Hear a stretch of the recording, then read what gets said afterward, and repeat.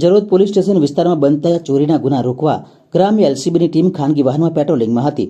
તે દરમિયાન હાલોલ વડોદરા રોડ ઉપર બણિયારા ગામ પાસે બ્રિજ નજીક આવતા એક સફેદ કલરની જીપ કંપાસ ગાડી શંકાસ્પદ હાલતની લાગતા રોડ પર આળસ કરાવી ગાડી રોકવાનો પ્રયાસ કરતા કાર ચાલકે કાર ઉભી રાખ્યા વગર સ્પીડ વધારી પોલીસે મૂકેલ આળસને હટાડી ભાગી ગયો હતો। જો કે આગળ ટ્રાફિક વધુ હોય ગાડીની ડ્રાઈવર સીટ ઉપર બેઠેલ ઈસમ ટ્રાફિકમાં ગાડી ચાલુ રાખી દરવાજો ખોલી ભાગવા લાગેલ, જેનો પીછો કરતા ડ્રાઈવર વાહનનો ઓથ લઈ ભાગી ગયેલ અને જીપ કંપાસ ગાડી નજીક આવી ગાડીમાં જોતા તેમાં ભારતીય બનાવટનો વિદેશી દારૂ ભરેલ મળી આવ્યો હતો।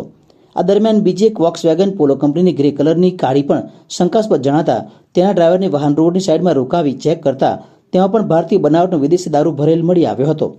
વોક્સવેગન પોલો ગાડીના ડ્રાઈવર દીપ પ્રકાશભાઈ સોનીની અટકાયત કરી વિદેશી દારૂના જથ્થાને જરોદ પોલીસ સ્ટેશન લાવી ભારતીય બનાવટની વિદેશી દારૂ જથ્થાને નીચે ઉતારી ગણતરી કરતા